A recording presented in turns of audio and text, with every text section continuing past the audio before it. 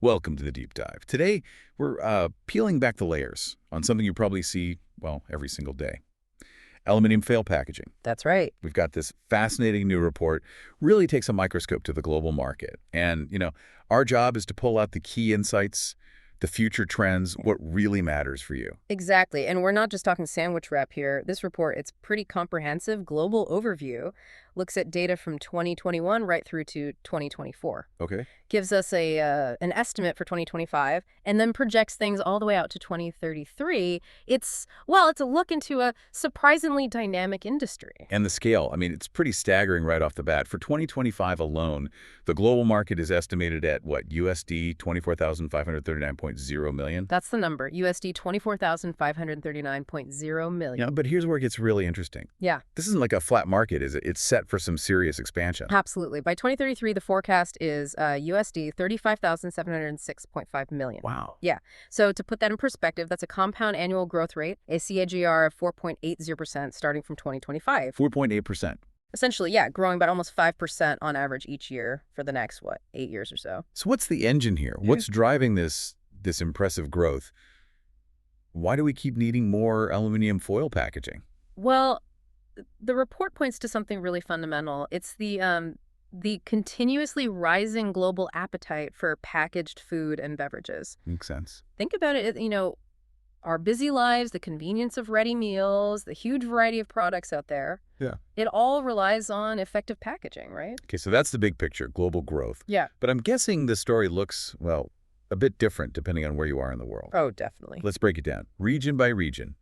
Where's the most significant action happening right now, say, in 2025? Right. So in 2025, the Asia-Pacific region, APAC, really stands out. It's the dominant force, holds the biggest chunk of the market, around 37%. 37%. Which translates to a market size of USD 907.943 million.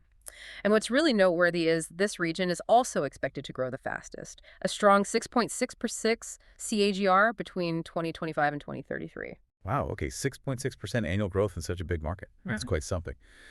Which specific countries in APAC are really, fueling this? We're seeing strong contributions from several key players. China, for instance, estimated market size there is USD 313.36 million in 2025 with a projected 6.1% CAGR. Still very strong. Definitely.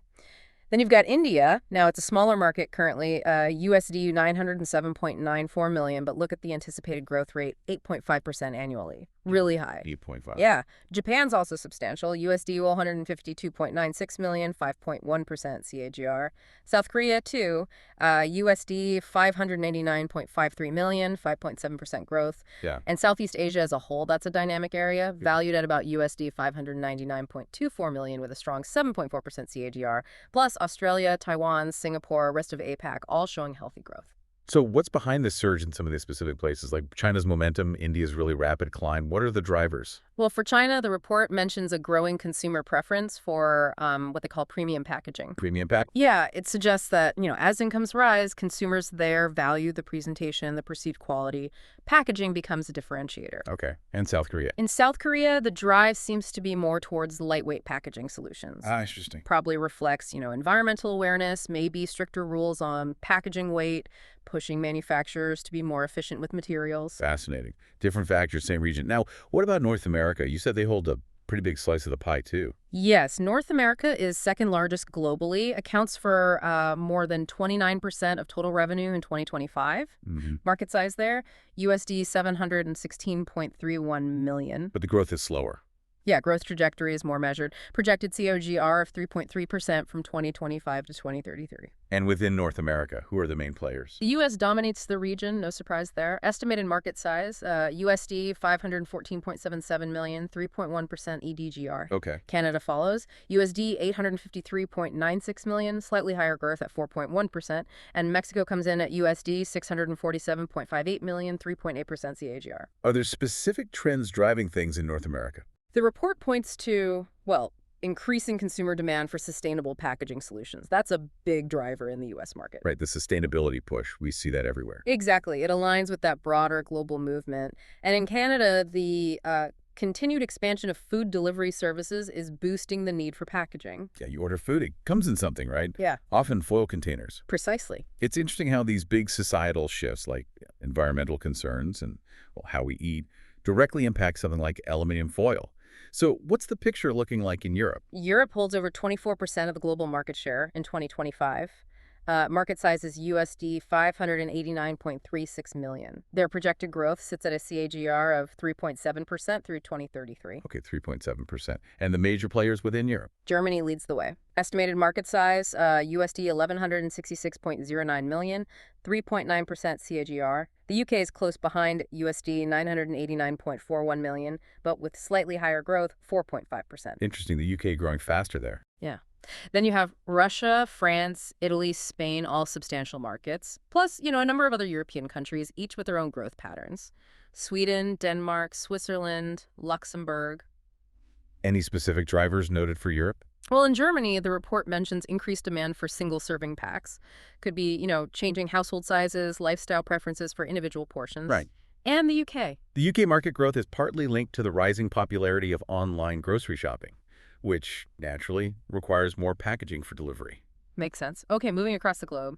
What about South America? South America accounts for just over 3.8% of the global market in 2025. Market size is USD 932.48 million, projected CAGR of 5.1%. 5.1%, so faster than North America or Europe. That's right. And the key countries there. Brazil is the largest market, USD 399.1 million, 5.7% CAGR. Argentina follows USD 156.66 million, with slightly higher growth, again, 6.0%. Then you have Colombia, Peru, Chile contributing too. And the regional dynamics in South America. Yeah. Anything specific? Brazil's growth seems fueled by a growing focus on eco-friendly packaging materials, so that sustainability trend again. It's everywhere. It really is. And in Argentina, they highlight advancements in printing technologies for packaging as a contributing factor, better-looking packages. Okay. What about the Middle East? How does that region fit in? The Middle East holds around 4% of the global market, estimated at USD 981.56 million in 2025, with a projected CAGR of 5.3%, also growing quite healthily. And which countries should we watch there? Saudi Arabia leads, USD 345.51 million, 5.6% CAGR, followed by the UAE, USD 202.20 million, 5.8% growth. Turkey and Qatar also show notable activity and growth. What's driving demand in the Middle East? Specific factors. Well, Qatar's rapid expansion in the fast-moving consumer goods FMCG sector is a big boost for packaging needs. Right. In Saudi Arabia, the inherent properties of aluminium foil, its high resistance to external things like heat, moisture, that's particularly valuable in their climate. Makes perfect sense. And interestingly, the report mentions technological advancements in aluminium recycling as helping sales in Turkey. Recycling tech driving sales. That's interesting. Finally, let's turn to Africa. What does the report say there? Africa has a smaller share of the global market, around 2.2% in 2025. Market size is USD 539.86 million. It also has the slowest projected growth rate, a CGR of just 1.1%. Okay, 1.1%. Any specific countries within Africa worth highlighting? South Africa is the largest market, USD 190.03 million, 2.0% CAGR. Nigeria follows, smaller at USD 43.19 million, 1.3% growth. The rest of Africa collectively makes up a big portion, but growth is very slow there, actually 0.3%. But even in Nigeria, there's something specific mentioned. Yeah, interestingly, Nigeria is seeing increased foil sales, partly due to advancements in printing and embossing techniques. Suggests a focus on, enhancing visual appeal, even in a market with slower overall growth. So it's a really diverse global picture, isn't it? Lots of different factors driving growth everywhere. Now, the report also breaks things down in other ways, right? Like thickness. Yes, thickness is crucial. It determines where the foil gets used. The report suggests the 0.007 millimeter to 0.09 millimeter range is likely to stay dominant. Why is that? Well, it's kind of the sweet spot, offers a really versatile mix of being lightweight, flexible, but still giving good barrier protection against moisture, light, air. Right. You see this thickness everywhere. Flexible pouches for snacks, wrappers for chocolate, seals on ready meals, refrigerated stuff, food, pharma, consumer goods. And what about thicker foils? the other end of the spectrum. Absolutely, they're important too. The 0.2 millimeter to 0.4 millimeter range is actually highlighted as the fastest growing segment. Faster growing. Why? Well, this thicker gauge gives you enhanced barrier properties, more durability, more versatility for tougher jobs. Think about those sturdy foil trays for ready meals that go straight in the oven. Ah, yeah, or more rigid packaging. Exactly. For certain snacks, beverages needing a longer shelf life, robust protection. That makes sense. Now, the report also talked about printed versus unprinted foil. What's the story there? Currently, printed foil holds the largest market share. Not really surprising, right? Branding, product info, visual appeal, it's all key in consumer goods, Especially food and drinks. especially food and beverages. Snacks, chocolates, ready meal lids. They use various printing methods, flexographic, rotogravure for high quality, digital for flexibility. But I think you mentioned earlier that unprinted foil is actually growing faster. How does that work if printed is bigger now? Yeah, that's a great point. While branding is vital, unprinted foil is seeing rapid growth because of its core job protection. Just doing the basics well. Exactly. In the food industry, it's used simply for wrapping perishables, meat, cheese, baked goods, or lining containers, sealing snacks, dry foods, where you just need the barrier, not the branding on the foil itself. Okay. And crucially, unprinted foil is essential in pharma for blister packs, protecting pills from humidity, light, critical stuff. That clears it up. Yeah. Okay, let's think about how the foil packaging is ultimately used, the application outlook. The food sector is, well, by far the biggest application. Its preservation properties, being lightweight, flexible enough for wraps, pouches, trays. It's just ideal for so many food products. Snacks, meals, dairy. Snacks, confectionery, ready-to-eat meals, baked goods, dairy, frozen foods. The list goes on. And like we said, printing adds the aesthetic appeal here.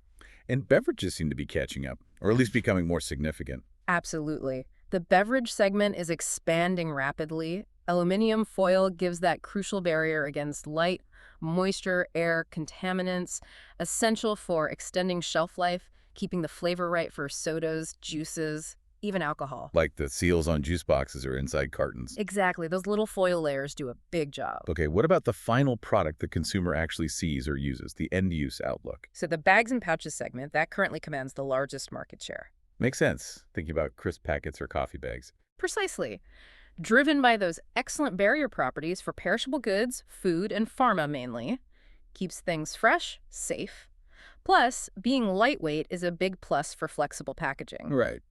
And it's interesting, regulations like India's ban on some single-use plastics might actually be pushing this segment indirectly, encouraging thicker, multi-layer bags that often use foil. An unintended consequence, perhaps, and what's projected to be the fastest-growing end-use segment. That's expected to be catering services, specifically within wraps and rolls. Ah, like for restaurants, takeaways. Exactly. Foil's versatility there is key. Conforms to shapes, seals tightly for freshness, holds heat for cooking or grilling. Yeah, essential for takeaways and leftovers. It really excels at preserving quality, protecting from the elements, maintaining temperature. Big advantages in catering. Okay, so we've covered market size, regions, how it's segmented by thickness, print, application, and use. What are the big overarching factors pushing this whole market forward? Well, we've hit on it a few times, but that increasing global demand for packaged food and beverages remains primary, a fundamental driver. Can't escape convenience. Pretty much. But the report also highlights the growth in the pharmaceutical industry. Foil's protective qualities are just vital for medicine safety and efficacy. True. And also the continued rise of e-commerce. It fuels demand for robust, reliable packaging to make sure things arrive okay. Right, everything needs to survive shipping. Now, with any growing market, there are usually challenges too. What restraints are mentioned? What's potentially slowing things down? The report identifies fluctuating raw material prices. The cost of aluminium itself can bounce around quite a bit, and that affects the final packaging cost. Yeah, that can be tricky for manufacturers. Definitely. And there's also competition from other flexible packaging materials, different types of plastics, films. They might be cheaper or preferred for certain specific uses. So foil isn't the only game in town. Looking ahead now, what are some key trends expected to shape the future here? We're definitely seeing a big trend towards developing biodegradable alternatives. While aluminium is highly recyclable, which is great. It doesn't break down easily if it ends up in landfill. Exactly. So there's a lot of R&D going into packaging materials that are also compostable or break down more readily. Okay, biodegradable options. What else? Another key trend is the increasing demand for customization and innovation. Brands are always looking for unique ways to use foil, maybe different textures, shapes, features, to make their products stand out and meet very specific consumer needs. That fits with the premium packaging idea we discussed earlier.